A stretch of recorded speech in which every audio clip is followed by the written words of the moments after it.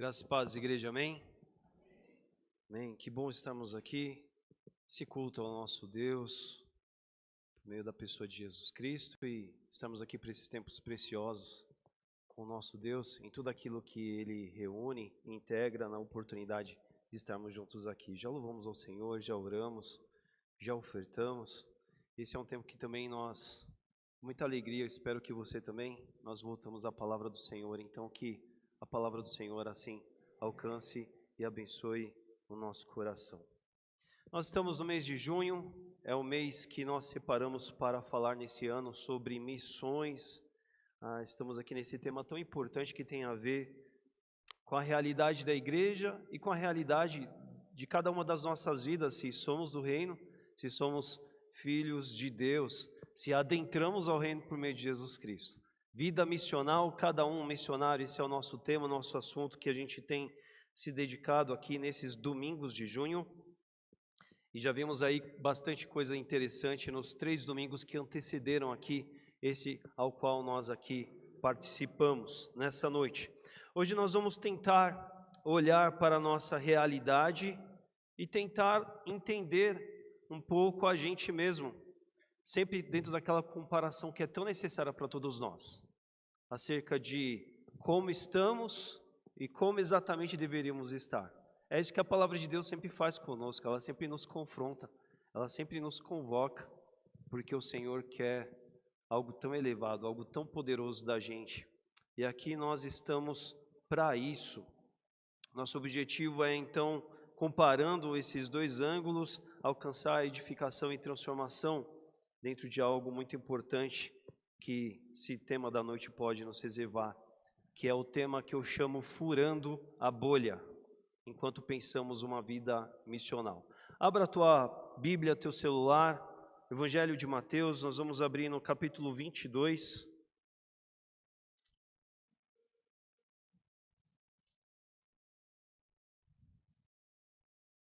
Nós vamos aqui as sempre tão úteis, são sempre tão produtivas palavras de Jesus. Mateus 22, nós vamos ler do versículo 34 ao 40. Acompanhe aí comigo. Farei aqui uma leitura na Nova Versão Transformadora. Um trecho aqui que nos destaca aqui o mandamento mais importante, é o que diz aqui na NVT. Acompanhe aí comigo essa leitura que fazemos aqui sobre mais um daqueles episódios dos quais envolve a pessoa do nosso Senhor e Mestre Jesus Cristo. Mandamento mais importante. Diz assim, versículo 34. Sabendo os fariseus que Jesus tinha calado os saduceus com essa resposta aqui sobre ressurreição dos mortos, os versículos anteriores que antecedem aqui a nossa leitura, eles então, os fariseus, reuniram-se novamente para interrogá-lo. Um deles, especialista na lei, tentou apanhá-lo numa armadilha, com a seguinte pergunta: Mestre, qual é o mandamento mais importante da lei de Moisés?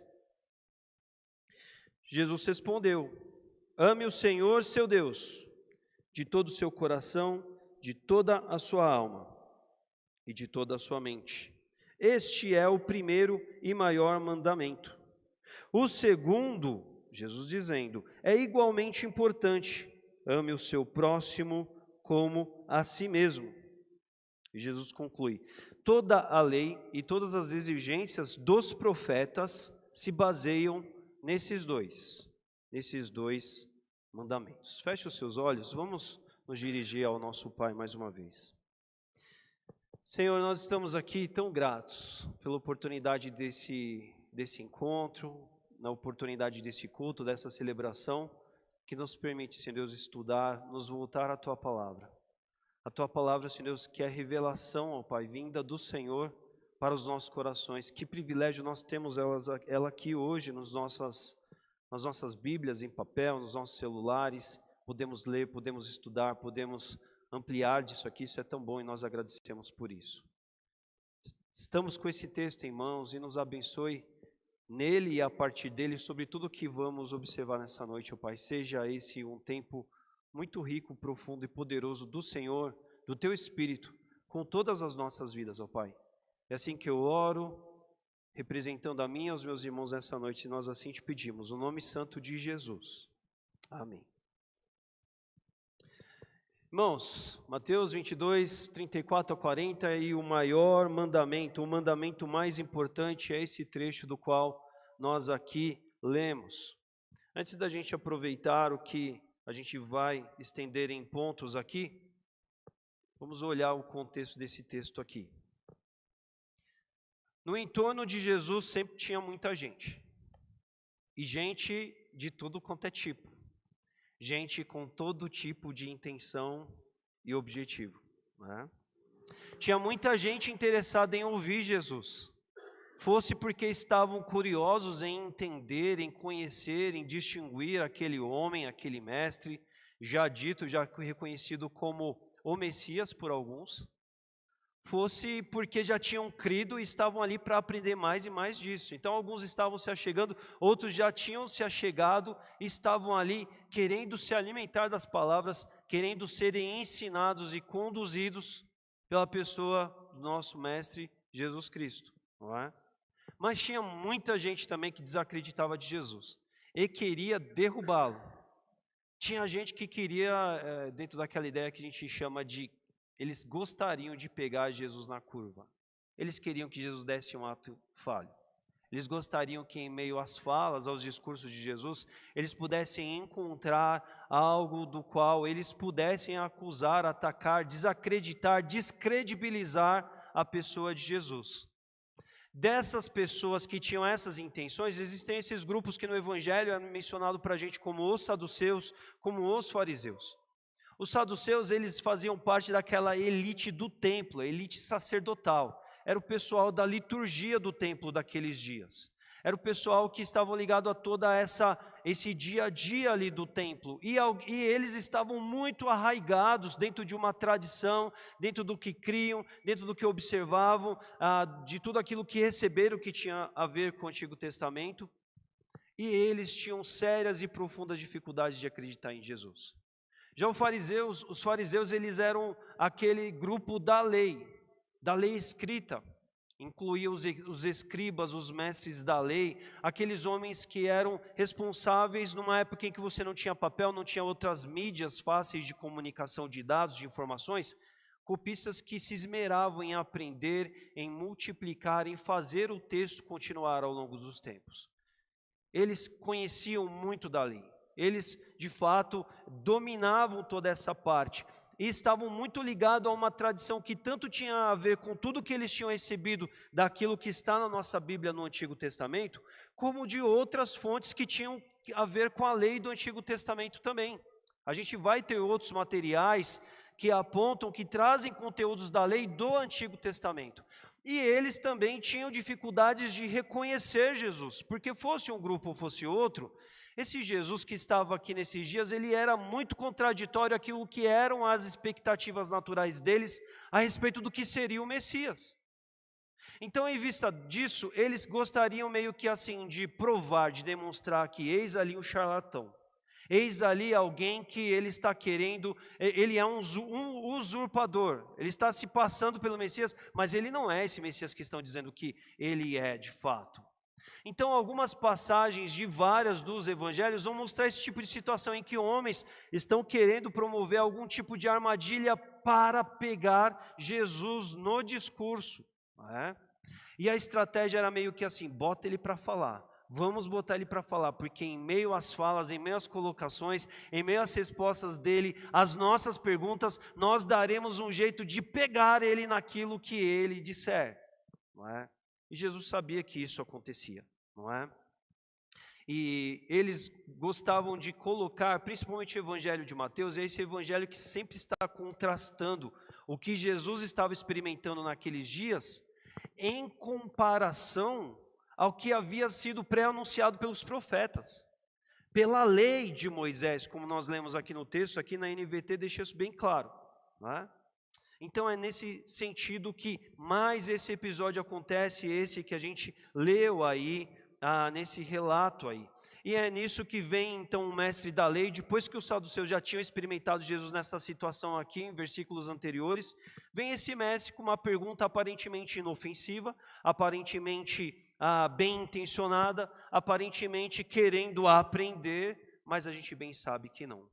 Mas o nosso mestre e Senhor Jesus, ele sempre aproveitava dessas situações para que, independente disso, ele promovesse ensinamento. Porque estavam ali aqueles que queriam derrubar Jesus, mas estavam ali muitos que queriam de fato aprender de Jesus. E é por isso que é sempre tão interessante a gente ver o que Jesus vai trazer em meio a essas provocações. Então é nisso que vem esse homem e ele tentando apanhar o Senhor Jesus numa armadilha, ele diz: mestre, qual é o mandamento mais importante da lei de Moisés? E é nisso que Jesus responde: olha, ame o Senhor, seu Deus, de todo o seu coração, de toda a sua alma e de toda a sua mente. Este é o primeiro e maior mandamento. Mas Jesus não para por aí. Jesus intencionalmente continua aqui a fala dele. O homem não perguntou quais eram os maiores, o homem não perguntou qual que era o top 2, o primeiro e o segundo principais mandamentos, mas é Jesus que intencionalmente não para aqui. Jesus vem falar do outro mandamento e ele diz: o segundo é igualmente importante. Veja, Jesus falou do primeiro, mas Jesus faz questão de falar do segundo. E Jesus eleva esse segundo à mesma altura de importância do primeiro. O primeiro seria o primeiro incondicionalmente, porque dizia a respeito da figura do nosso Deus. Mas a fala de Jesus é assim: o segundo, meu irmão, é muito importante. Ele é tão importante porque mesmo você não tendo me perguntado, eu vou falar para você e para todos que aqui estão. E é nesse sentido que Jesus vai responder ali: olha, ame o seu próximo como a si mesmo. E aí Jesus termina assim: toda a lei, meus irmãos, toda a lei é muito conteúdo, é muita coisa. É muita coisa daquilo que aqueles homens haviam aprendido, haviam meditado, refletiam, exercitavam do Antigo Testamento. Não sei quantas vezes você já leu o livro do Levítico, não sei quantas vezes você já se dedicou ao livro do Deuteronômio, não sei quantas vezes você já se aprofundou em estudar a lei. Aqui nós não estamos falando dos 10 mandamentos pura e simplesmente, mas Jesus vai falar toda a lei e todas as exigências dos profetas, ou seja, é muita coisa que Jesus está falando. Jesus vai dizer: toda a lei, todas as exigências dos profetas se baseiam nesses 2 mandamentos. É um jeito sutil de Jesus, talvez no nosso tempo, dizer assim: anote esses mandamentos, ponha na sua geladeira, ponha na sua cabeceira, no seu criado, ponha talvez ali no seu carro, num lugar onde sempre você tem que ver, porque esses 2 mandamentos, eles são muito importantes. Ele tem muito a ver com o dia a dia de vocês. E é por isso que Jesus responde falando tanto do primeiro quanto do segundo mandamento também. Veja, irmãos, nós estamos falando nesses dias aqui sobre essa vida missional em que diz respeito a cada um de nós. A vida missional é a vida de todo aquele que está no reino de Deus, aquele que veio para o reino de Deus. Todo aquele que recebeu, reconheceu Jesus como seu Senhor e Salvador, tem a ver com esse experimentar da missão. Que missão é essa? A missão de crer no Evangelho e depois de crer, indo anunciando o Evangelho, pregando, divulgando, repassando, como nós vimos na semana passada, e fazendo discípulos. Crer no Evangelho, indo anunciando sobre aquilo que você creu e você recebeu, você experimentou, e fazendo discípulos, ou seja, ensinando outros homens a crer no Evangelho e a irem anunciando e fazendo discípulos também. Essa fórmula é tão simples, não é? Nós vimos isso aqui hoje na nossa EBD dos adultos, não é? Foi dito aqui, é por isso que nós estamos aqui hoje. É por causa disso que foi deixado pelo Senhor Jesus para todos nós. Porque homens ao longo da história creram no Evangelho, eles foram pelo caminho de suas vidas comuns ordinárias, anunciando, repassando disso que eles creram para outros, e eles foram fazendo discípulos a viverem tudo isso. E eis-nos aqui hoje, não é? A vida missional, então, é isso que não tem a ver só com a vida do pastor, com a vida dos diáconos, com a vida da liderança da igreja, com a vida da liderança da história da igreja ao longo dos séculos. Tem a ver com todos os crentes. Então tem a ver com todos nós. Mas aqui então nós vamos ver Jesus falando sobre os maiores mandamentos, não é? Que aqui, meus irmãos, não tem a ver somente a ver com a lei de Moisés. Porque talvez alguns possam até pensar assim, olha, é Mateus, é um texto escrito para judeu, era Jesus naqueles dias, eram judeus perguntando sobre a lei de Moisés, hoje nós já estamos na graça, hoje já teve a cruz do Calvário, hoje já é o Novo Testamento, hoje já é a nova aliança, tudo mudou. Não, nós estamos falando aqui sobre os maiores mandamentos que, uma vez que eles embasaram toda a lei, todos os ensinos dos profetas do Antigo Testamento, isso tem a ver com a pessoa do próprio Deus que não muda e que para além do tempo e na nova aliança vai se fazer vigente tudo isso, sim. E nós vamos ver então que essa resposta aqui ela não é exclusiva para aquele momento, não é uma resposta para os fariseus, não é uma resposta para os judeus, mas sim é uma resposta para nós que estamos aqui estudando esse texto aqui hoje também. A gente precisa olhar esse texto aqui com a maior das atenções, porque esse texto é para nós também, sabe? Porque afinal de contas, nós estamos vendo aqui o fato de que para se viver sobre o reino de Deus e no reino de Deus, você precisaria viver esses mandamentos aqui. Isso aqui é tão importante, meus irmãos, que nós vamos ver, por exemplo, que lá em Mateus 5, capítulo 5 a Mateus 7, Jesus está falando sobre o Sermão da Montanha. O Sermão da Montanha é o manual do que crê para viver no reino dos céus. E lá em Mateus 5, Jesus vai falar sobre essa ideia de se amar, não é? De se amar não apenas dentro da ideia do próximo, não é? Mas ele vai dizer do amor dirigido aos inimigos, Mateus 5, 43 e 48, é dito ali. Evangelho de João capítulo 13, Jesus também vai dizer, vai ensinar sobre isso, olha, amem-se uns aos outros, e Jesus vai falar, como eu amo vocês. Esse princípio, esse ensino do amor, ele é algo essencial do reino de Deus. E se ele é algo essencial, é algo do qual nós não podemos nos desatentar. A gente não pode ser negligente nisso. Nós não podemos ser displicentes a essa questão, porque senão a gente bomba, senão a gente repete de ano, senão a gente não evolui dentro daquilo que tem a ver com viver a vida do reino de Deus que Jesus deixou para todos nós. Então, por um lado, a gente está falando de vida missional, essa vida de todos os crentes que estão no reino. Por outro lado, nós estamos falando que não podemos desconsiderar esses mandamentos aqui, dos quais Jesus vai falar para nós, e que tem a ver com o que há de principal no reino de Deus, e logo, se tem a ver com o principal do reino de Deus, tem a ver com a vida missional também. Então, é sobre essas duas bases que nós vamos aproveitar aqui nessa noite, meus irmãos. Primeiro destaque que eu quero desenvolver um pouquinho aqui é sobre essa ideia das palavras de Jesus sobre amar a Deus, em primeiro plano, mas também em igual importância sobre amar o próximo. Veja, Jesus fala sobre amar o Senhor totalmente, e isso é indispensável para a vida do reino, para a vida no reino. E aqui a pergunta está respondida. Na verdade, foi essa pergunta que foi feita a Jesus, e essa pergunta foi respondida. Mas Jesus ele vai falar sobre o amor ao próximo, e nós vemos aqui que esse amor ele é indispensável para obedecer e andar em conformidade com o reino. Ele é tão importante quanto o primeiro mandamento que Jesus cita. Veja, meus irmãos, olha, a primeira carta do Evangelho de João, das 3 que a gente tem lá no fim do Antigo Testamento, são 5 capítulos. Essa carta de 1 João, nos seus 5 capítulos, ela fala de vários assuntos, em alguns vários desdobramentos. Mas uma das coisas que ela mais fala, ela fala sobre o amor. E uma das coisas que ela diz lá em 1 João 4,20, ela vai dizer assim, olha como esse versículo ele é tão sério para a gente se lembrar a respeito da vida missional, a respeito do amar a Deus e do amor ao próximo. Veja como tudo isso é muito importante. 1 João 4,20.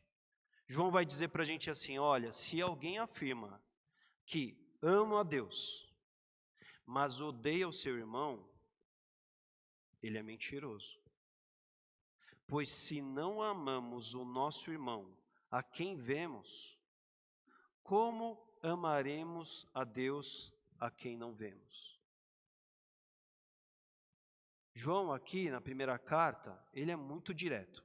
Ele tem frases muito impactantes, direto ao ponto. E é aquela que você lê e você para. Você precisa parar, porque depois que você lê uma dessas, você começa a ficar um pouco preocupado, né?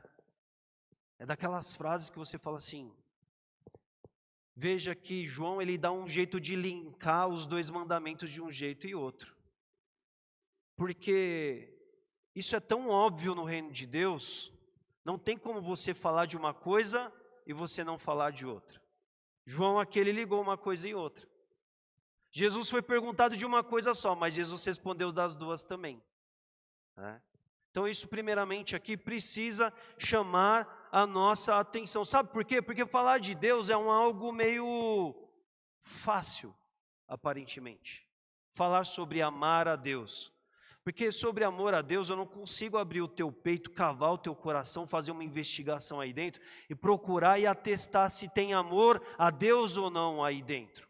É algo muito subjetivo, é algo muito pessoal. Se a gente sair na rua e fazer uma enquete e perguntar quantos amam a Deus, adivinha qual que vai ser a maioria das respostas? Serão para que não? Claro que se ama a Deus. Então isso é algo do qual todo mundo meio que dá essa resposta e meio que todo mundo fica numa boa com essa resposta. Fala assim, bacana, tamo bem, eu amo a Deus, então como Deus então não vai gostar de mim também se eu amo Ele, não é verdade? Então tem a ver com isso, mas aqui o que a gente vai fazer hoje, a gente vai para um caminho um pouco mais difícil, que é se aprofundar nessa questão do amor ao próximo. Porque quando a gente pensa sobre o amor ao próximo, isso nos responsabiliza muito mais. Isso eleva a gente para jogar o jogo no modo difícil da coisa, da história.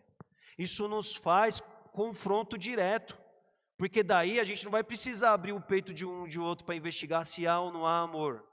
Mas muito pelo contrário, a gente vai ter um outro caminho de perceber a tudo isso aí, não é verdade?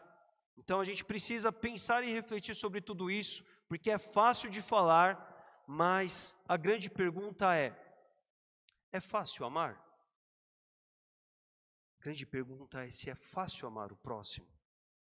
A gente domina essa arte? A gente tem facilidade nisso? Eu tenho certeza que se a gente começar a pensar nisso, em todo o detalhe que isso envolve, a gente vai começar a se preocupar, porque a gente vai se lembrar, a gente vai perceber o quão difícil é amar o próximo. Sabe por quê? Porque da nossa natureza que caiu depois da queda ali, do evento da queda, é da nossa natureza não amar o próximo, mas odiá-lo. A partir da queda, o que é pronto para todos nós é amar a nós mesmos. Amar a nós mesmos. A gente não precisa de esforços nesse sentido. Mas amar o próximo é algo contrário a essa natureza. Por isso que essa dificuldade para o amor além de nós mesmos. Veja que a partir da Bíblia a gente precisa de convocação para amar a Deus. Porque o homem do pós-queda, o homem da natureza pecaminosa, ele ama tanto a si mesmo que ele abre mão até de amar a Deus em favor do amor a si mesmo. Isso é facilmente constatável por meio de algo chamado desobediência. Todas as vezes que a gente prefere de uma forma muito clara a desobediência, a gente está falando assim, no final das contas eu tenho mais amor por mim mesmo, pelo meu governo, pelo meu jeito de lidar com as coisas, pelas minhas opções, pelas minhas preferências, do que pelo jeito de Deus. É simples assim. Então a gente tem na Bíblia a convocação para se amar a Deus. A gente tem na palavra de Deus convocação de se amar o próximo, não é? Mas a gente nem vai achar esse versículo, olha, amem a si mesmos. Na verdade, existem pessoas que têm dificuldade de amarem a si mesmos. Existem condições e momentos de vida em que as pessoas perdem o amor próprio, e é lamentável quando isso acontece, porque a pessoa ela perde a dignidade. A pessoa começa a se comportar como um animal, como um bicho. Isso é horrível, isso é muito triste, isso é muito lamentável quando acontece. Mas isso acontece quando alguma disruptura da vida natural acontece, porque em modos, vamos dizer assim, da vida comum e normal, a gente não tem problema sobre amar nós mesmos, sobre fazer o nosso próprio caminho, sobre seguir segundo nossas próprias preferências, a gente não tem problema nisso. Mas não sobre amar a Deus e sobre amar o próximo, nós vamos ver isso muito presente sim. É por isso que, relembro aqui, Mateus 5 vai falar sobre amar os inimigos, não é? A palavra de Deus vai nos ensinar assim, olha, quando você identificar alguém que está na condição de se opor a você, de ser um oponente a você, de ser alguém alvo até do seu ódio, da sua raiva, da sua ira, o ensino de Jesus não é para você ficar mais irado, para você executar a sua ira, para você dar curso, vazão a esse sentimento. Mas a palavra de Deus, o que Jesus nos ensina é orar pelos nossos inimigos. Nós devemos amá-los a ponto de orar. Mas olha como isso é algo difícil, não é? O texto que nós lemos aí, Mateus 22, Lucas 10 também vai falar sobre isso, a gente explora daqui um pouco, vai falar sobre amar o próximo como a si mesmo, mais ou menos assim.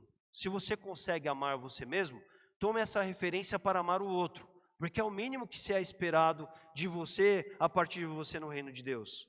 Mas quando Jesus lá em João 13 ainda está falando com a turma da nata, com os apóstolos, com os discípulos, aí Jesus vai falar assim, olha, com vocês o jogo é ainda pior, amem como eu os amei.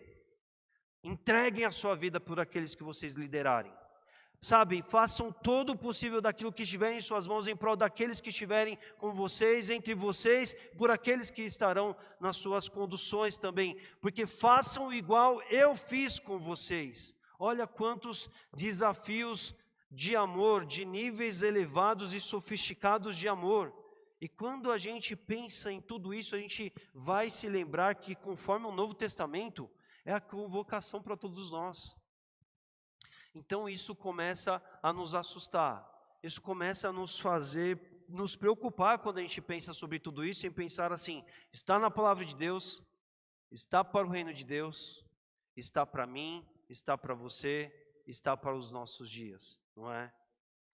Mas aí eu chego nesse terceiro ponto que a gente vai explorar bastante. Nós precisamos, para viver o reino de Deus, para viver a vida missional, para ser cada um missionário que devemos ser, nós precisamos furar a bolha de nós mesmos.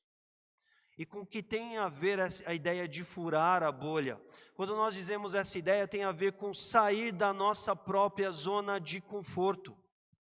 Tem a ver com entender o mundo, olhar para o mundo para além desse nosso mundo delimitado e exclusivo do que é o nosso universo. Tem a ver com a gente se desapegar, se largar da gente um pouco e ir na direção do outro, se apegar, se importar, se dedicar ao outro também. E por que é tão importante assim a gente furar a bolha, a gente sair da bolha? A gente precisa viver isso porque amar sem furar a bolha não é amor, simples assim. Hoje cedo aqui, já na nossa EBD, eu já disse isso. Se a gente pode se ver salvos, pela graça, que nem nós cantamos aqui, foi porque um dia Jesus furou a bolha. Jesus saiu da sua glória, Jesus saiu da perfeição, Jesus saiu lá da presença perfeita, da comunhão maravilhosa com Deus para vir aqui ser perseguido, para vir aqui enlamear os seus pés, empoeirar os seus pés, ensinar homens pecadores. Ele veio aqui para ser traído, ele veio aqui para pagar os nossos pecados, ele veio aqui para ser afrontado, e tudo isso Jesus viveu furando a bolha, porque esse não era o habitat, o mundo natural próprio de alguém que não pecou, de alguém que não viveu o pecado, de alguém que não sabia o que era o pecado. Enquanto pessoa, enquanto Deus que Jesus era, não era para Jesus estar aqui no mundo do pecado, no mundo do Adão, no mundo de quem caiu, no mundo de quem escolheu desobedecer. Mas Jesus furou essa bolha para nos alcançar. Jesus furou, Jesus deixou a sua zona de conforto por causa de mim, por causa de você. Você tem noção do que é isso? Amar sem furar a bolha não é amor, o amor nos leva a furar a bolha. E aqui eu quero destacar 3 palavras aqui para nós hoje, que são muito importantes sobre esse conceito acerca de furar a bolha. Primeira delas, interesse. Furar a bolha tem a ver com ter interesse no outro. Ter interesse no outro. Filipenses 4 é aquele texto maravilhoso do qual conta sobre um hino, na verdade, ali transcrito, sobre o que Jesus fez por nós. É o cântico da humildade de Jesus. Abriu mão da sua glória e fez-se semelhante ao homem, e foi obediente até a morte, morte de cruz. Começa ali. Todo esse trecho do cântico, do hino, começa no versículo 5, mas alguns versículos anteriores fazem a base e o início para isso. Olha só como Filipenses 2,4 nos diz para mim e para você, diz assim, Paulo dizendo àquela igreja, Paulo dizendo para nós. Paulo diz assim, olha igreja de Filipos, olha igreja Moriá, cada um cuide não somente dos seus próprios interesses, mas também dos interesses dos outros. Entenderam? Antes de falar sobre o que Jesus fez por nós, é nos dito isso. Porque quando Jesus veio aqui para a terra, meus irmãos, ele estava cuidando do nosso interesse. Jesus não tinha nenhum interesse aqui.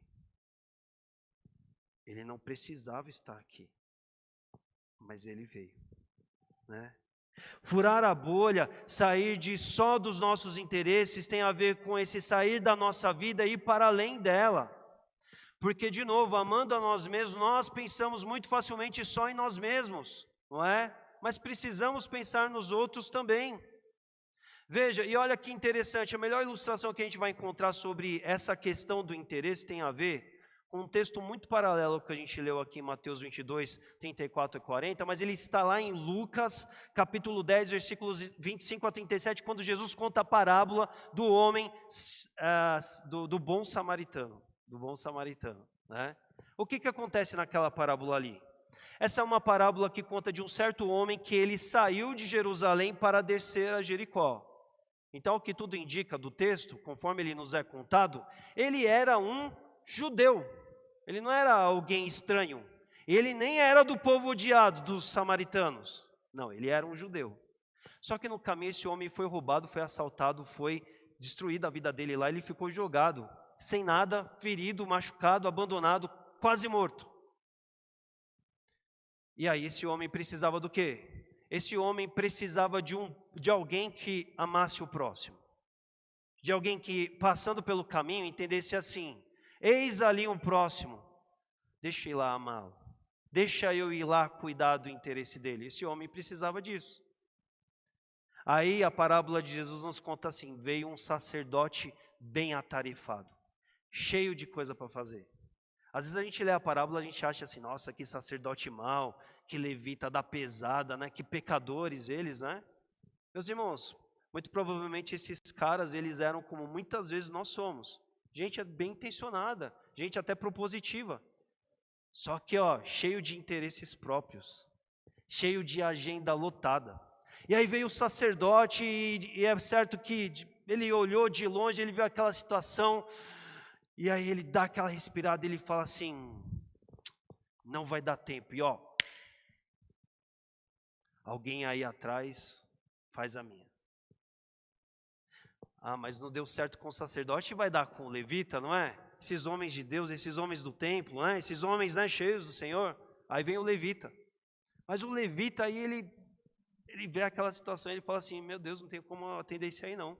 Aí ele muda assim de calçada, ele vai lá para o outro lado da rua, ele fica ali, ele começa a pensar em coisas que tem a ver com seus interesses, porque não tem tempo para aqueles outros interesses ali. Mas a parábola de Jesus conta de um homem que é um homem, tipo, que para o judeu ele era muito mal visto, que era o samaritano.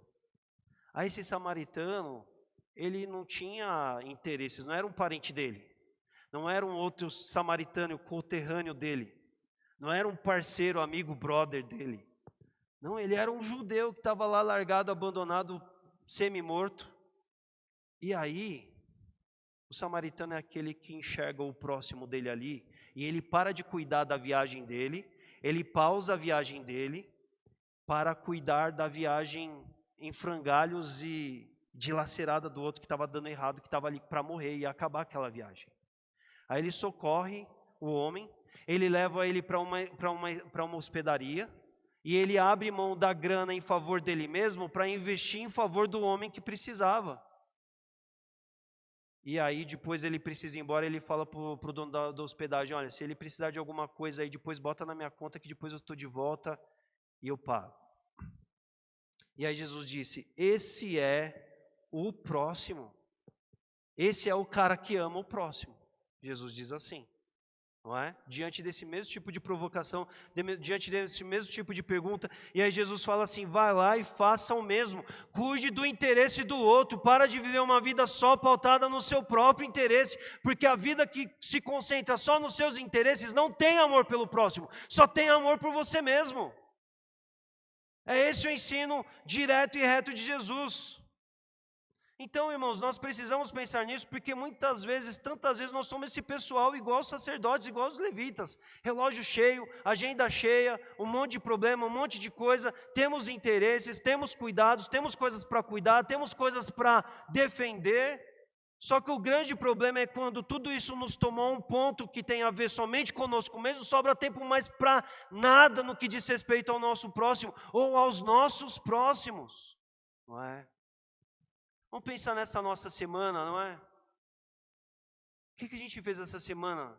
Talvez aquilo que a gente reconheça assim, puxa, naquele momento eu parei minha agenda para cuidar de alguém, para me dedicar a alguém, para ajudar alguém. Porque, meus irmãos, nós seres humanos, nós somos tão errados que até muitas vezes quando a gente está fazendo bem, a gente está dando um jeito de buscar um próprio interesse ali.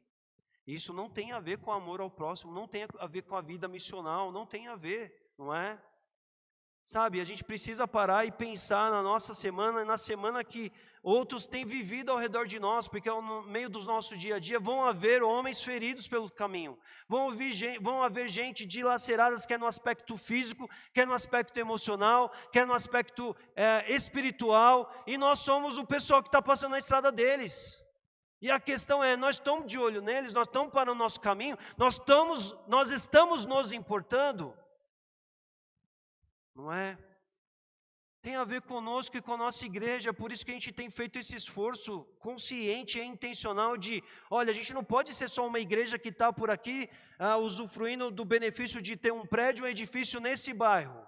A gente precisa amar esse bairro, mas não é só dizer assim, amamos esse bairro. A gente precisa se importar por esse bairro, a gente precisa se dedicar a eles, nós precisamos ter interesse no que diz respeito a esse bairro. A gente não pode só pensar em vir para cá, fazemos os nossos cultos, os nossos encontros, apreciamos de montão e depois cada um para a sua casa e não estamos nem aí. Nós estamos aqui numa rua que transitam inúmeras pessoas aqui todos os dias, porque são pessoas que vão tomar os trens para trabalhar em São Paulo, que vão trabalhar aqui no eixo de Osasco para frente aqui, pessoas que moram nos condomínios, pessoas que moram nas comunidades. Aqui tem gente cristão, pertencente a outra igreja, vivendo o reino, glória a Deus, tem sim, mas tem um monte de gente desesperançada, tem um monte de gente sem saber o que vai acontecer amanhã, tem um monte de gente sem saber o que o futuro reserva para ela, tem um monte de gente na ignorância que nem se dá conta que está na ignorância, tem um monte de desigrejado que se desencantou com a igreja, estão passando aqui na nossa calçada o tempo todo.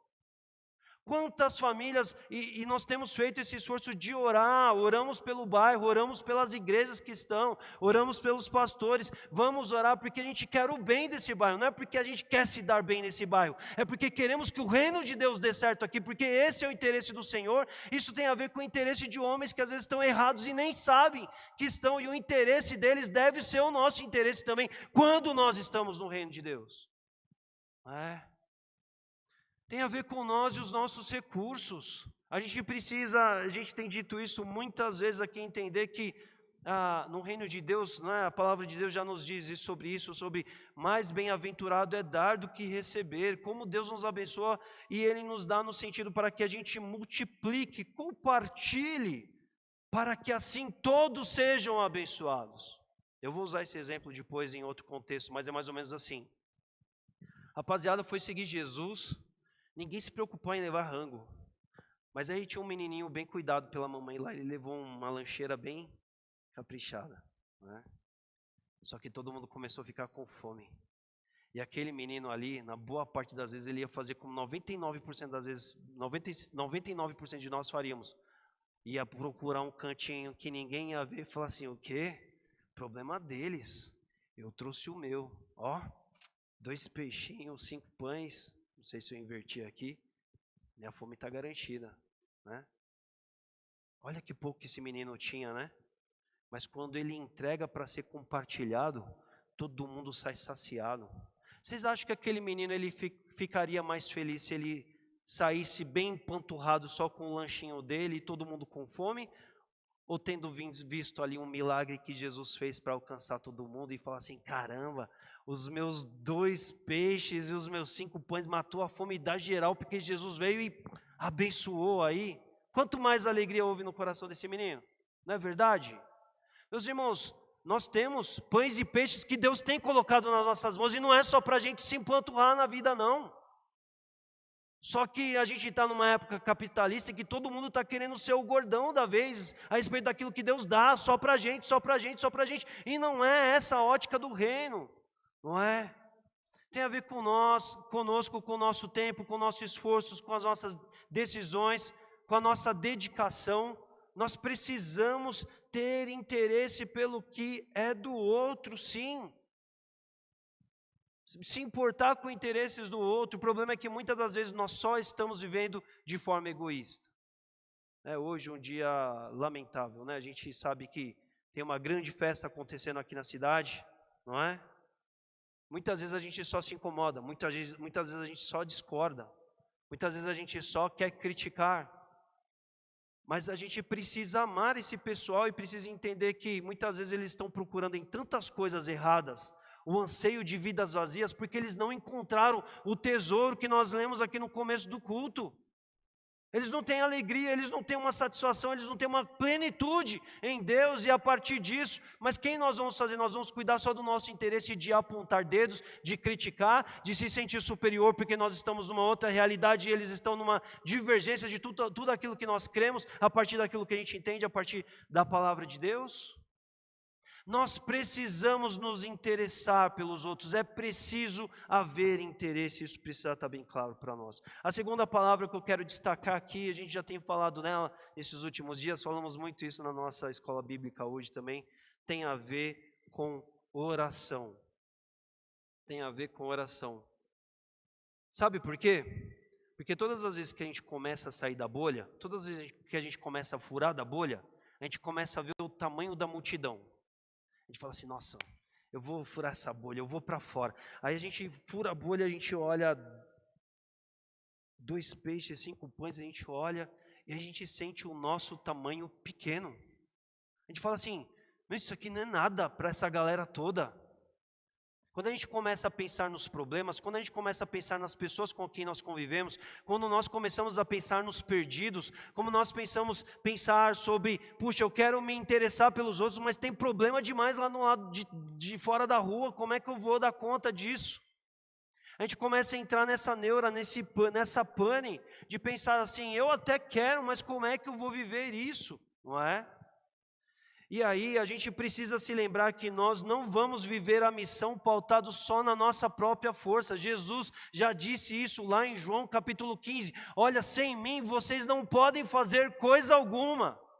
É Jesus dizendo assim, sim, são só os 2 peixes e os 5 pães mesmo. Mas é porque só esses pães e peixes sem eu no processo não mata a fome nem de 2. Mas quando eu entro na história, quando eu tenho parte nessa história, quando a bênção do Pai vem para todos, tudo é possível, tudo pode acontecer sim. Daí se faz a importância da gente viver a oração. Veja, nós estamos para viver a missão, nós temos um legado da nossa vida cristã, nós vivemos o discipulado, pessoas nos discipularam, o Espírito Santo está em nós. Há o poder, a manifestação do Espírito presente, disponível por meio da nossa vida, Ele está conosco para isso, mas muitas vezes sim, nós vamos olhar pelo interesse dos outros aos quais nós queremos servir, e nós vamos sentir tão pequenos, nós vamos ver verdadeiros gigantes, mas essa é a hora que nós devemos nos lembrar da importância da oração, meus irmãos. E aqui a gente vê o próprio exemplo de Jesus lá no Evangelho de João 17. O João 17 é um capítulo belíssimo da palavra de Deus, porque ali é um momento em que Jesus, ele ora por si mesmo.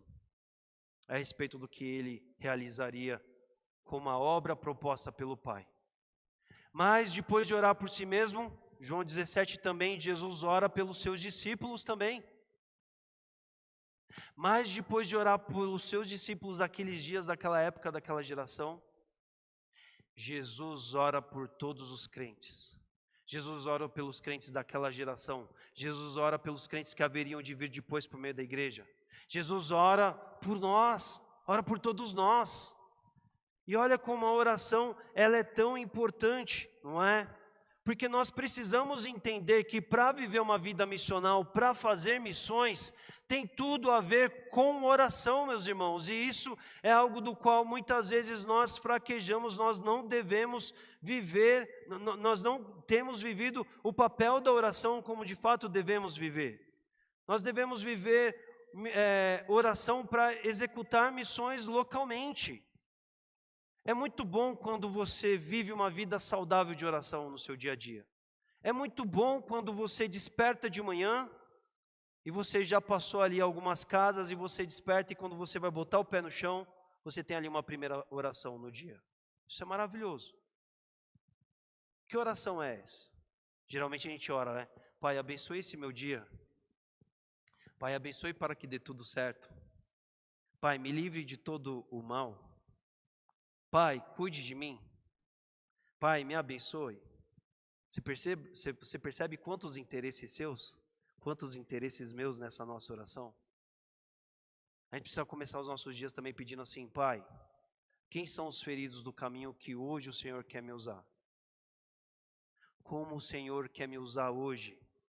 Porque é certo que há pessoas no meu entorno, no meu dia a dia, do qual precisam ser alcançados.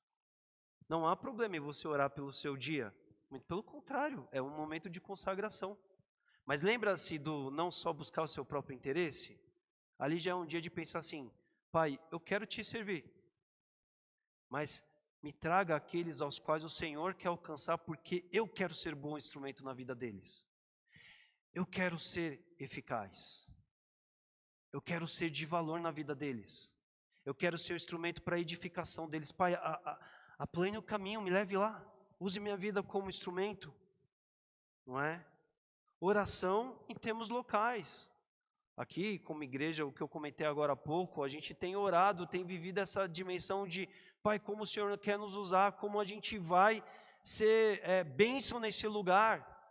E às vezes tudo isso parece tão distante, né? Parece grandes campanhas, parece grandes cruzadas, parece grandes movimentos, sendo que às vezes o teu grande papel, é assim, a gente tem dito isso aqui como igreja, como comunidade, teu grande papel é quando entra um visitante aqui do bairro, você está cheio de amor para parar de cuidar do seu interesse e cuidar do interesse dele, recebê-lo bem, em dizer, olha, se você quiser ficar aqui, queremos ser bênção na sua vida, conte comigo, eu estou aqui, eu te vi, eu te reconheci, queremos que você seja abençoado, se você quiser retornar outras vezes, será um prazer te receber, porque aqui é um lugar de gente que se ajuda a buscar ao Senhor, aqui no reino de Deus, estamos aqui para você. Só que o grande problema é que a gente nem ora, só que o grande problema é que muitas vezes a gente nem olha para o lado para cumprimentar quem está ali bem ali do nosso lado.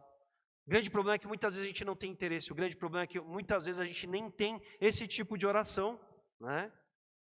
Oração também pelo que está acontecendo no mundo. Hoje a gente pensa em missões, tem a ver com caráter local. Hoje cedo eu falei sobre isso aqui na nossa EBD. Olha, como a gente é um missionário? A gente é um missionário servindo dentro da igreja, com os nossos dons, com os nossos talentos.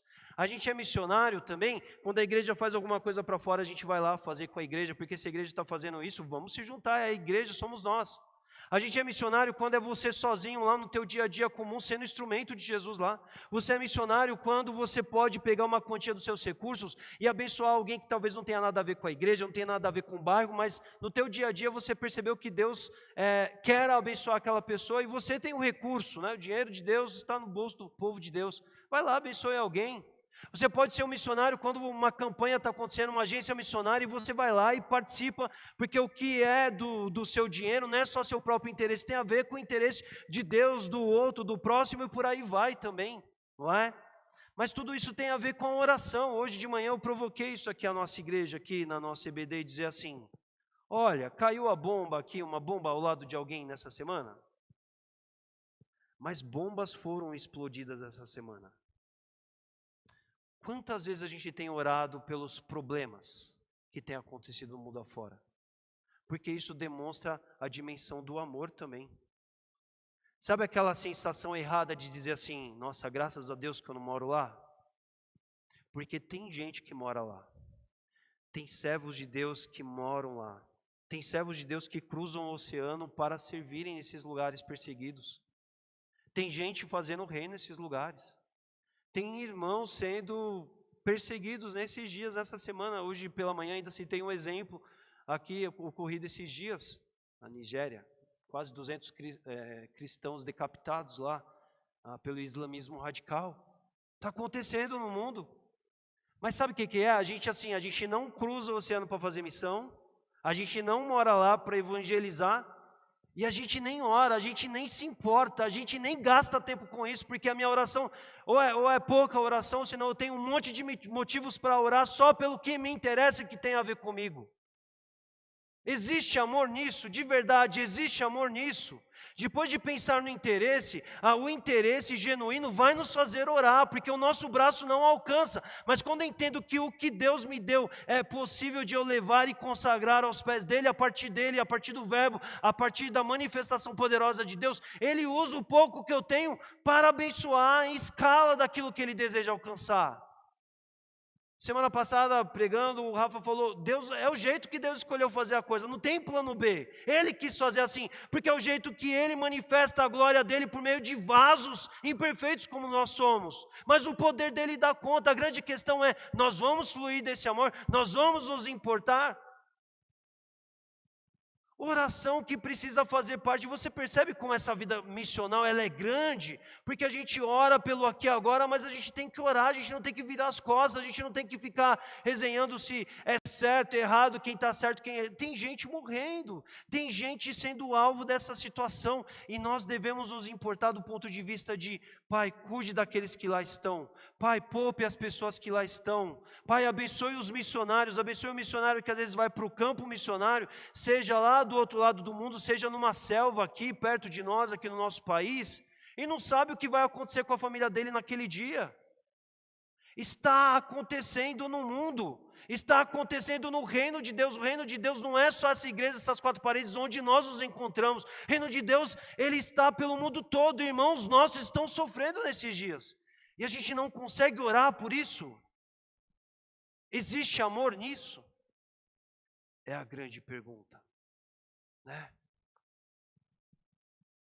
A oração que deve estar presente, olha como tudo isso é tão sério, né?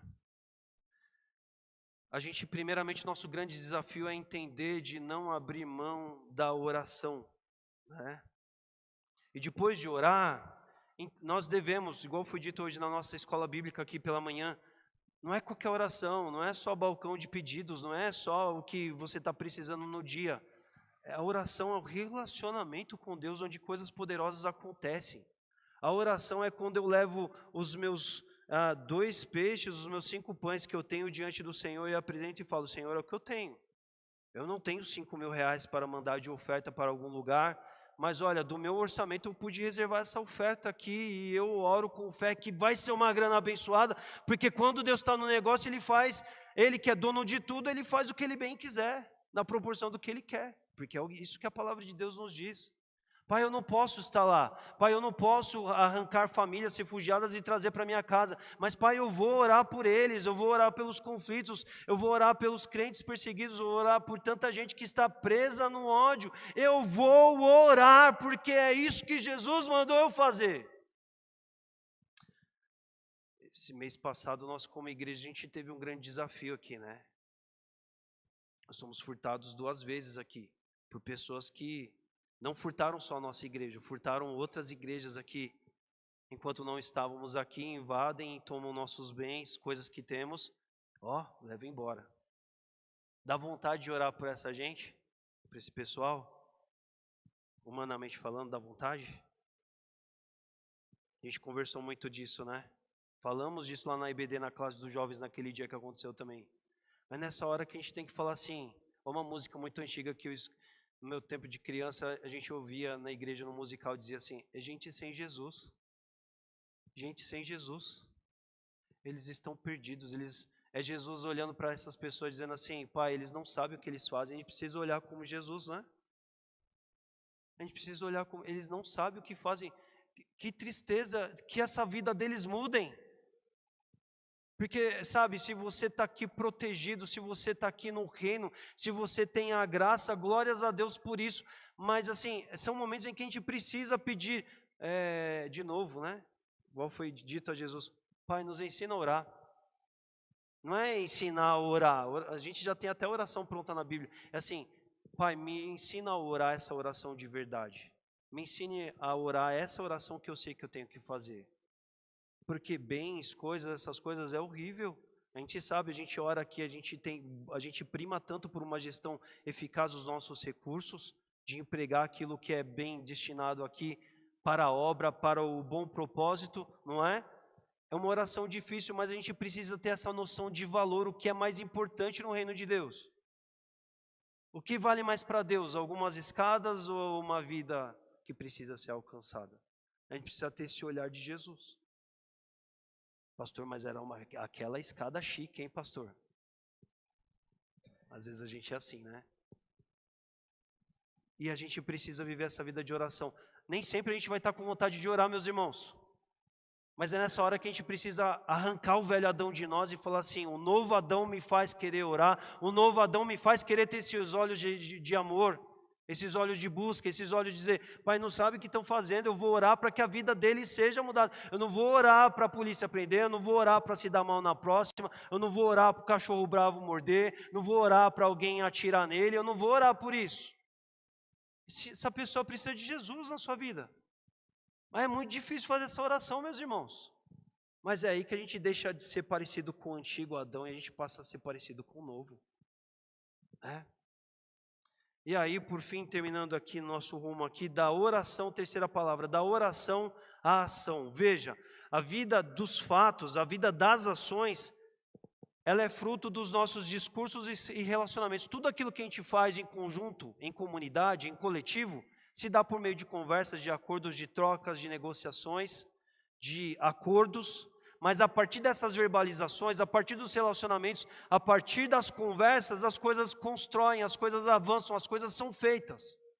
A partir do momento em que a gente ora, a gente precisa ficar com o olho atento, porque não é só orar, mas é oração com ação. Não adianta a gente orar e falar assim, Pai, traga para mim a oportunidade de estar com pessoas, de ajudar pessoas a recobrarem o seu caminho. Pai, me use como instrumento do Senhor. Eu fazer essa oração e depois andar com o olho fechado o dia inteiro. É o olho vivo no processo. Porque nosso amor, ele precisa ser muito mais do que palavras, não é? Ele precisa ser muito mais do que discurso. Muitas vezes é muito comum os de cristãos não se envolverem a fundo na missão, porque não sabem como fazer isso, ou muitas vezes no afã de querem fazer com suas próprias mãos e fazem errado, fazem de uma forma desalinhada com as intenções reais e cabíveis, não é? Mas nós precisamos pensar que essa oração com Deus é o jeito de Deus nos moldar, de Deus nos discipular, de Deus nos preencher para que depois em contato com o mundo, em contato com feridos, a gente multiplicar, a gente estender, a gente ampliar, a gente distribuir daquilo que primeiro nos foi oferecido, nos foi concedido. Não é? 1 João 3,18 vai dizer assim, João, primeira carta de João, mais uma vez, ele diz assim, filhinhos, não amemos só de palavras, nem de boca, mas amemos em ação e em verdade. Não adianta o momento da mensagem, o momento do estudo bíblico, o momento de um se deparar com essas verdades bíblicas serem tocantes, mas serem só um momento. Isso precisa nos levar à ação. Mas é uma ação que a gente precisa entender que não é eu querer sair fazendo com as minhas próprias mãos, nem você, mas é justamente por isso que a oração antecede a isso, porque em comunhão profunda com Deus, a gente sabe onde Deus está agindo, o que Ele quer fazer, quem Ele quer alcançar e como Ele deseja fazer. Jesus, ele era profundo na sua vida, no seu ministério, porque Jesus orava muito o tempo todo, Jesus estava em comunhão com Deus. Jesus sabia do movimento de Deus, o que estava acontecendo. Só que tantas vezes a gente está desatento, distraído, a gente não saca, a gente não percebe, ou a gente não está pronto para reagir em momentos oportunos em que nós devemos ser o instrumento, porque a gente está marcando bobeira. Porque muitas vezes a gente nem ora, mas a grande provocação aqui é oração, mas é uma oração focada em ação. É uma oração porque a gente quer produzir resultado para a videira, a gente quer frutificar da videira, a gente quer estar ligado a ela e vindo dela frutificar os frutos da videira. A gente quer dar esse bom fruto que vem do Senhor Jesus, não é? E para tudo isso nós precisamos entender o nosso papel, nós precisamos compreender quem e quais estão por perto, quem precisa ser alcançados. Nós precisamos entender que, como a gente já tem dito isso há alguns dias, nós não estamos nesse mundo para fazer dinheiro, para fazer o primeiro milhão, para ganhar uma grana, para se dar bem, para viver uma vida próspera, para andar de carrão, para surfar na crista da onda. Não! As melhores coisas que Deus nos preparou, Ele nos preparou na pessoa de Jesus Cristo e cunhando para a eternidade, onde a gente vai usufruir de coisas que não se comparam ao que a gente vive aqui. Mas enquanto estamos aqui, né, a gente tem repetido essa ideia entre a gente aqui. O negócio da igreja, o negócio do reino de Deus é pessoas. Nós precisamos amar as pessoas como Jesus amou. É por isso que nós precisamos orar por elas. É por isso que nós precisamos desejar entrar em ação em favor delas, em favor do interesse delas, porque esse é o nosso negócio, esse é o negócio do dono da igreja, do Senhor Jesus. E nós devemos estar comprometidos, envolvidos, participantes disso tudo, não é?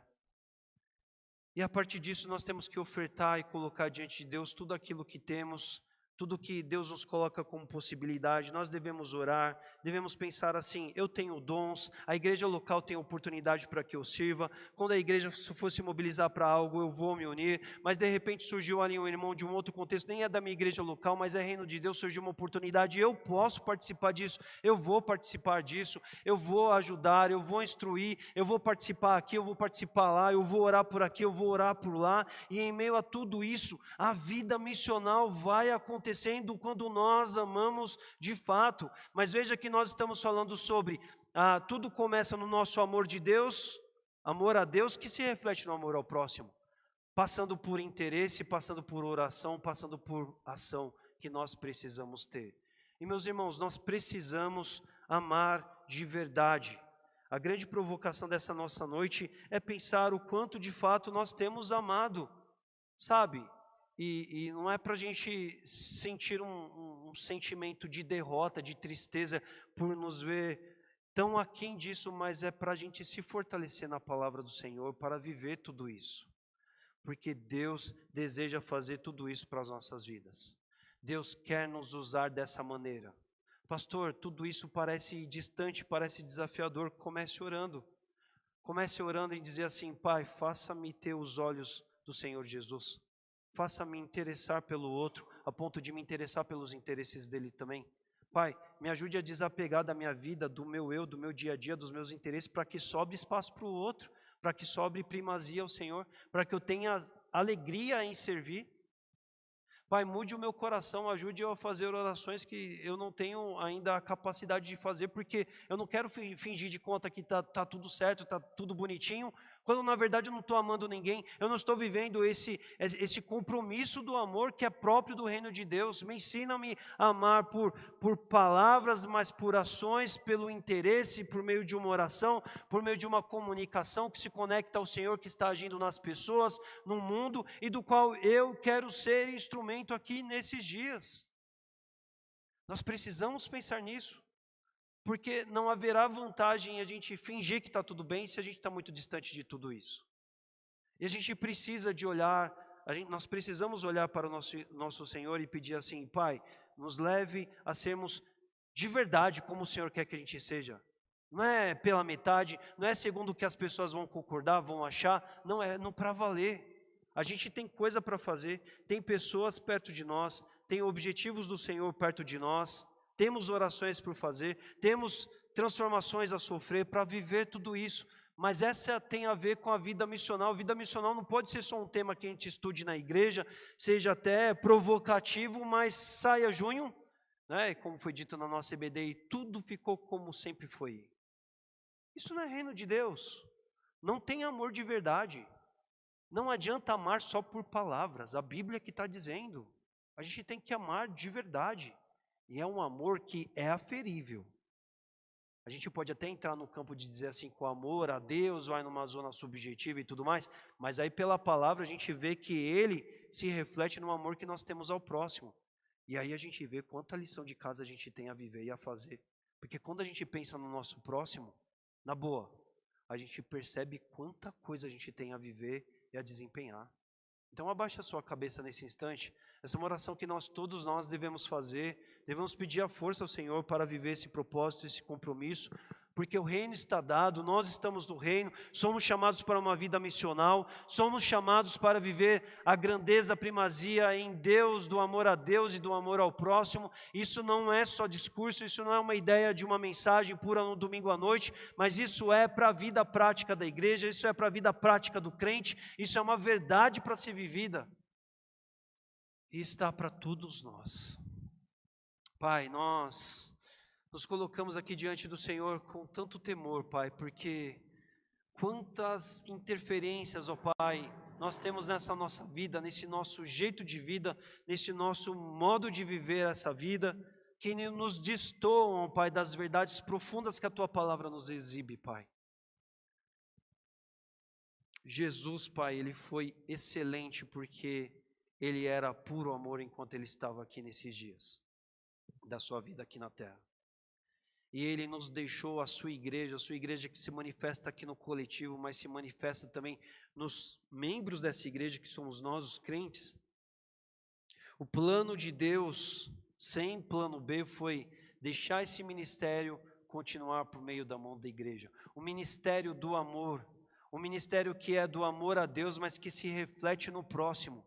E se reflete em interesse, se reflete em oração, se reflete em ação por meio de vidas dedicadas em favor, em interesse, em empregar-se da vida em prol daquilo que temos que ser, ó Pai, a partir do Senhor. Pai, tenha misericórdia de nós, é a nossa oração nessa noite. Ajude-nos a amar como Teu Filho Jesus amou. Ajude-nos a sermos como Ele, Pai. Ajude-nos, ó Pai, a deixarmos para trás todo o jeito de ser ligado a nosso antigo modo de viver, ao velho Adão, para que a gente se inspire em ser cada vez mais como o novo Adão foi, Pai, aqui na terra, e como ele é, como nossa inspiração, modelo e exemplo. Que essas palavras dele que nós olhamos aqui hoje nas Escrituras estejam para os nossos corações, Pai, e que a gente não viva uma vida somente pautada nos próprios interesses, Pai. Uma vida somente voltada, Senhor Deus, às nossas próprias e particulares necessidades, que a gente não ame essa vida a ponto de só desejá-la e desejá-la para a gente, mas que a gente entenda que vivemos para o Senhor, vivemos para o reino, e a grande alegria é doar a vida em prol desse reino, porque foi isso que Jesus fez e é isso que Jesus nos deixou inspirado para viver e fazer também. Então que a gente viva isso, Pai. Ajude a gente a viver uma atitude de oração verdadeira e profunda, sem igual. Ajude a gente a amadurecer, Pai, nesses dias em que, como igreja, a gente tem refletido tanto sobre oração, Pai. Ajude-nos, Senhor Deus, a alavancarmos, a crescermos no nosso relacionamento contigo. Que a gente cresça, Senhor Deus, na nossa interação com o Senhor. Que a gente queira e deseje, Senhor Deus, ouvir ao Senhor, conhecer os teus planos, conhecer o teu coração, para nos harmonizar em tudo aquilo que o Senhor quer fazer, inclusive nos envolvendo e a partir das nossas vidas. Que nós não tenhamos mesquinhez, Pai, em trazer daquilo que o Senhor já nos deu às mãos, para que consagremos para o Senhor e os teus propósitos, porque enquanto consagramos o que o Senhor já nos deu, o Senhor abençoa a todos a partir de nós, nos incluindo do início, ó Pai, envolvendo a todos que participam disso, Senhor Deus. É assim que a Tua palavra nos dá referência, Senhor Deus. Que a gente não se apequene quando a gente vê os desafios desse mundo, quando a gente vier a ver cada problema do nosso dia a dia, ó Pai.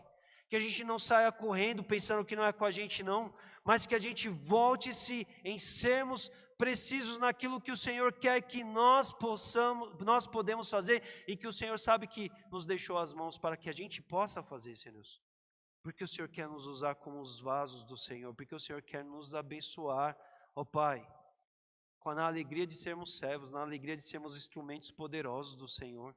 Então faça assim, Pai, que a nossa vida de oração seja diferente, que o nosso interesse seja legítimo pelo outro também, para além da gente, que a gente tenha uma vida de ação, não apenas uma vida de palavras, que a gente fure, ó Pai, a bolha, que a gente saia da zona de conforto, que a gente ame de verdade, ó Pai, porque quando a gente vê a Tua glória e a Tua grandeza, isso nos quebranta para que a gente distribua disso, transborde disso, para um mundo que precisa de amor, para um mundo caótico que precisa de amor.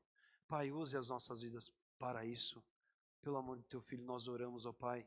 Perdoe os nossos pecados, perdoe as nossas fraquezas, as nossas falhas em viver tudo isso, mas que a provocação disso que a Tua palavra nos convoca, aqueça, esquente, ó Pai, crie raízes profundas no nosso coração, para que a gente viva verdadeiramente o Teu propósito e os Teus planos. Seja assim, Pai, por favor, na minha vida, Pai, mais e mais. Seja assim na vida dos meus irmãos, mais e mais. É assim que nós oramos, é assim que nós te pedimos nessa noite. No nome santo de Jesus. Amém.